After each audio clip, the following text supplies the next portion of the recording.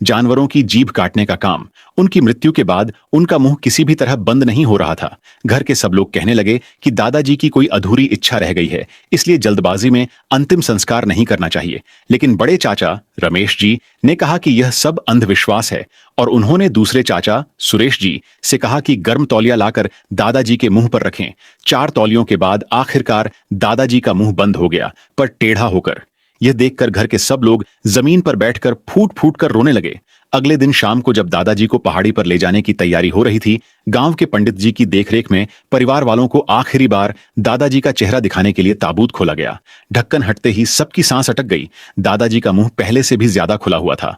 मैंने अपनी जिंदगी में ऐसा कभी नहीं देखा। पंडित जी बोले, बड़े भैया अब क्या करें? बहुत विचार करने के बाद तीनों भाइयों ने तय किया कि जैसी योजना थी वैसे ही आगे बढ़ा जाए। अंतिम संस्कार वाले दिन गांव के हट्टे कट्टे जवान ताबूत उठाने आए। पंडित जी के इशारे पर चारों ने जोर लगाया, पर ताबूत टस से मस नहीं हुआ। मेरे पापा महेश जी का चेहरा उतर गया। लिफाफे तो दे ही दिए गए थे, फिर भी लोग जोर नहीं लगा रहे थे। यह सोचकर वे परेशान हो गए। तुरंत 4 और लिफाफे निकालकर उन चारों को दिए, पर उनमें से एक बोला, बुजुर्ग जी गांव के बड़े थे, हम सब पूरी ईमानदारी से मेहनत कर रहे हैं। सच में यह ताबूत बहुत भारी है, चाहे जितने लिफाफे दे दो उठ ही नहीं रहा। पंडित जी ने पापा को अलग बुलाकर पूछा, क्या बुजुर्ग जी की कोई अधूरी इच्छा रह गई थी? नहीं तो वे बड़े आराम से रहे, कोई अधूरी इच्छा नहीं थी। तीनों भाइयों ने ताबूत के सामने खड़े होकर बहुत देर तक बातें की, फिर भी ताबूत नहीं उठा। आखिर में पापा ताबूत के सामने घुटनों के बल बैठ गए। पिताजी, अगर आपकी कोई इच्छा अधूरी है तो आज रात बेटे को सपने में बताइए। इस तरह न जाने से हम सब बहुत दुखी हो जाएंगे। अजीब बात है, ये कहते ही ताबूत जैसे चमत्कार से उठ गया। पापा को डर था कि कहीं कुछ और ना हो जाए, इसलिए जल्दी से सबको पहाड़ी की तरफ चलने का इशारा किया। पूरे रास्ते मैंने देखा कि पापा सांस भी रोककर ताबूत को घूरते रहे, जैसे डर हो कि दादाजी नाराज होकर आगे न बढ़ें। खैर, बिना किसी परेशानी के अंतिम संस्कार हो गया। मिट्टी डालते समय घरवालों ने कहा कि हम तीसरी पीढ़ी वाले पहले घर लौट जाएं। घर पहुंचते ही मेरी आंखों में आंसू आ गए और मैं रो पड़ा। मम्मी ने यह देखकर मुझे एक तरफ खींचकर सख्ती से डांटा, याद रखो अंतिम संस्कार के पहले दिन रोना नहीं चाहिए, वरना मरा हुआ इंसान जाने का मन नहीं बना पाता। उस रात मैं उसी कमरे में सोया जहां पहले दादाजी के साथ सोता था। हर पल लगता था जैसे दादाजी अभी भी मेरे पास हैं, और आंसू फिर बहने लगे। पर मम्मी की बात याद करके मैंने रोक लिया, कहीं दादाजी सच में जाने का मन न बना पाए तो। नींद में डूबते डूबते मैंने देखा कि दादाजी कमरे में आए हैं। वे पहले की तरह मेरे बगल में लेट गए, मुंह पूरी तरह खुला, चेहरा नीला पड़ा हुआ, और मेरा हाथ उस वक्त उनके मुंह के अंदर था। क्या मैं सपना नहीं देख रहा? क्या दादाजी सच में लौट आए? पर उनका तो अंतिम संस्कार हो चुका था। फिर उनका शरीर मेरे बिस्तर पर कैसे आया? थोड़ी देर में बड़े चाचा दौड़ते हुए आए। दादाजी का शरीर देखकर गालियां बरसाने लगे, किस बदमाश ने पुरखों की कब्र खोदी। फिर दूसरे चाचा भी आ गए। शरीर देखकर माथे पर बल डालकर बड़े चाचा से पूछा, अब क्या करें? क्या करेंगे? सुबह होने से पहले वापस दफना दो। विक्की, तू गांव के सिरे पर जाकर पंडित दामोदर जी को बुला ला, बाकी किसी को पता न चले। दूसरे नंबर, तीसरे नंबर, हम तीनों पिताजी के शरीर को कब्र में ले चलते हैं। जूते पहनकर मैं गांव के सिरे की तरफ चला, बहुत तेज चला, कहीं यह बात किसी और को न पता चल जाए। भागते भागते पंडित दामोदर जी के घर पहुंचकर मैंने धीरे से सारी बात बताई। सुनकर उनके माथे पर भी बल पड़ गए। घर से एक मिट्टी की बाल्टी लेकर वे मेरे साथ दादाजी की कब्र की तरफ चल पड़े। कब्र पर पहुंचकर देखा तो बड़े चाचा वगैरह पहले ही आ चुके थे। मैंने आगे जाकर पुरानी कब्र देखी, कहीं खोदी हुई नहीं लग रही थी, बस कब्र के ऊपर एक इंसान के निकलने जाने लायक छेद बना था। मैं पास जाकर ठीक से देखना चाहता था, पर दूसरे चाचा ने जल्दी करते हुए कहा, मरे हुए के दफनाने के समय पोते पोतियों को वहां नहीं रहना चाहिए, तू वापस जा। ठीक है चाचा, मैं जाता हूं। उन लोगों ने रात के 10 बजे तक सब काम निपटाया और फिर घर लौटे। काम खत्म होने के बाद बड़े चाचा ने पंडित दामोदर जी को खाने पर बुलाया। यह पुरानी परंपरा थी।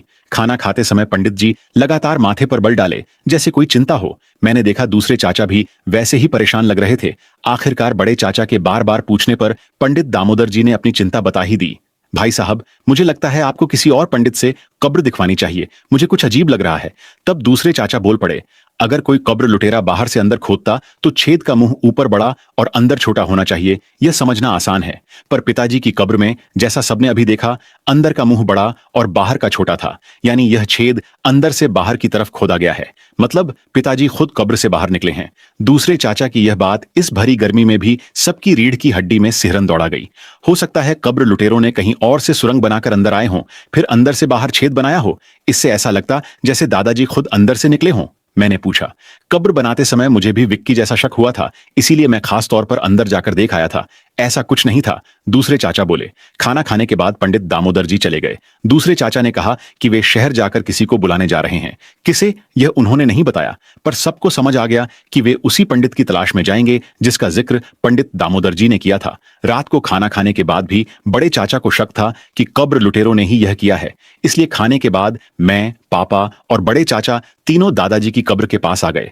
अचानक मुझे पीछे से पैरों की आहट सुनाई दी। मैं तुरंत मुड़कर जोर से चिल्लाया, कौन है? क्या हुआ विक्की? मुझे लगा जैसे पीछे किसी के चलने की आवाज आई। तू यहीं रुक, हिलना मत, मैं देखकर आता हूं। ये कहकर पापा जलती हुई लकड़ी उठाकर उस दिशा में चल पड़े जहां से आवाज आई थी। मैं और बड़े चाचा अलाव के पास खड़े होकर पापा को देखते रहे। दिल में थोड़ी घबराहट थी। रुको, भागो मत। दूर से अचानक पापा की तेज आवाज सुनाई दी। इसके तुरंत बाद हमने देखा कि पापा झाड़ियों में घुस गए। मैं और बड़े चाचा अलाव के पास बैठे इंतजार करते रहे। कम से कम आधा घंटा बीत गया, पर पापा नहीं लौटे। मुझे चिंता होने लगी। मैं तेरे पापा को ढूंढने जाता हूं। अगर मैं आधे घंटे में नहीं लौटा तो तू पहले घर चला जाना, बड़े चाचा बोले और चले गए। बड़े चाचा के जाने के बाद पूरी कब्रगाह में मैं अकेला रह गया। अचानक सरसराहट की आवाज मेरी तरफ आने लगी और यह दादाजी की कब्र वाली तरफ से आ रही थी। मैं डर से पीछे खिसकने लगा। क्या दादाजी कब्र के अंदर फिर से खोद रहे हैं? क्या वे फिर बाहर आना चाहते हैं? दादाजी, पोता यहीं है। आपको कोई बात हो तो सपने में बता दीजिए, ऐसे डराइए मत। मेरे इतना गिड़गिड़ाने पर वह सरसराहट सच में रुक गई। मुझे लगा जैसे दादाजी ने मेरी विनती सुन ली और वापस अंदर चले गए। पर थोड़ी देर बाद वह आवाज फिर से शुरू हो गई। इस बार मैं चाहे जितना रोया गिड़गिड़ाया, आवाज बंद नहीं हुई, बल्कि और तेज और जल्दी जल्दी होने लगी। आखिरकार वह आवाज रुकी। मैंने मोबाइल देखा। बड़े चाचा को गए भी आधा घंटे से ज्यादा हो चुका था। वे भी नहीं लौटे थे। मैंने सोचा जैसा कहा गया था वैसे ही घर वापस चला जाऊं। पर जैसे ही मैं मुड़ा, मैंने देखा दादाजी की पुरानी कब्र के ऊपर से एक चौड़ा खुला मुंह वाला सिर धीरे धीरे बाहर निकल रहा था, चेहरे पर एक बेहद डरावनी मुस्कान लिए हुए। मैं डर के मारे जोर से चीखा और जमीन पर बेहोश होकर गिर पड़ा। जब मेरी आंख खुली तो मैं घर के बिस्तर पर पड़ा था। मम्मी बिस्तर के पास बैठी धीरे धीरे सिसक रही थीं। बड़े और दूसरे चाचा दरवाजे के पास बैठे थे, पर पापा कहीं नजर नहीं आए। पापा कहाँ हैं? कल रात तेरे पीछे भागा, फिर उसके जूते मिले, पर वह नहीं मिला। तेरी चीख सुनकर मैं भागकर वापस आया। रास्ते में तेरे दूसरे चाचा भी मिल गए। नहीं, मुझे पापा को ढूंढने जाना है। गांव के सरपंच ने पूरे गांव को पहाड़ी खोजने के लिए बुला लिया है। तू मत जा। तेरे पापा का इकलौता बेटा तू ही है। अगर तुझे भी कुछ हो गया तो हम तेरे पापा को क्या जवाब देंगे? तभी घर के आंगन में एक अजनबी बीच उम्र का आदमी आ गया। दूसरे चाचा उसे देखते ही उछल पड़े और आगे बढ़कर बोले, मेरे पुराने दोस्त, तुम आखिर आ ही गए। मेरा भी आने का मन नहीं था, पर बात इतनी बड़ी हो गई कि आना ही पड़ा। पहाड़ी खोजने गए सारे लोगों को वापस बुला लो, अब मैं संभाल लूंगा। इस अजनबी सज्जन आचार्य चंद्रशेखर जी के बुलावे पर सब लोग दादाजी की कब्र पर पहुंचे। वहां पहुंचकर आचार्य जी ने बिना कुछ बोले पुरानी कब्र के चारों ओर एक चक्कर लगाया। फिर गांव वालों से बोले, 28 लोग रुकें, बाकी सब घर जाए। फिर उन्होंने लाल धागे से कब्र के चारों ओर एक घेरा बनाया और उन 28 हट्टे कट्टे लोगों में से हर एक को एक एक सिक्का मुंह में रखने को दिया। यह सब करने के बाद वे दादाजी की कब्र के सामने घुटनों पर बैठ गए। बुजुर्ग जी, माफी चाहता हूं, मैं चंद्रशेखर किसी की जान बचाने आया हूं। कोई असम्मान हुआ हो तो क्षमा करें। फिर उन्होंने हाथ में लिए 6 सिक्के फेंके। क्या आप सच में अपना वंश ही खत्म कर देना चाहते हैं? अगर नहीं तो लड़के को कोई शुभ संकेत दीजिए। यह कहकर उन्होंने फिर से सिक्के फेंके। सिक्के गिरते ही आचार्य जी बेचैनी से झुककर देखने लगे। इस बार उनका चेहरा थोड़ा शांत हुआ। फिर वे जूझते हुए खड़े हुए। आचार्य जी की एक आवाज के साथ, कब्र खोदो। यह सुनते ही सबके चेहरे का रंग उड़ गया। किसी को अंदाजा नहीं था कि इतनी तैयारी आखिर कब्र खोदने के लिए ही की गई थी। दूसरे चाचा का चेहरा उतर गया और बड़े चाचा तो सीधे मना कर बैठे। आचार्य जी की तरफ उंगली दिखाकर गुस्से में बोले, अगर तुम्हें अपने तीसरे भाई की जान बचानी है तो जल्दी से कब्र खोदो, आचार्य जी ने कहा। यह सुनते ही बड़े और दूसरे चाचा दोनों चुप हो गए और सबको जल्दी से कब्र खोदने का इशारा किया। 1 घंटे बाद बाहर की मिट्टी की परत पूरी तरह हट चुकी थी। अंदर का ताबूत नजर आने लगा। जल्दी ढक्कन खोलो। कई हट्टे कट्टे लोगों ने मिलकर ताबूत का ढक्कन हटाया। सबने अंदर झांका तो एक साथ सबकी सांस अटक गई। ताबूत के अंदर दादाजी नहीं, बल्कि 1 दिन से लापता मेरे पापा लेटे हुए थे। आगे की वीडियो देखने के लिए सब्सक्राइब करें क्रोमोफ्लिक्स चैनल को और कमेंट करें पार्ट 2।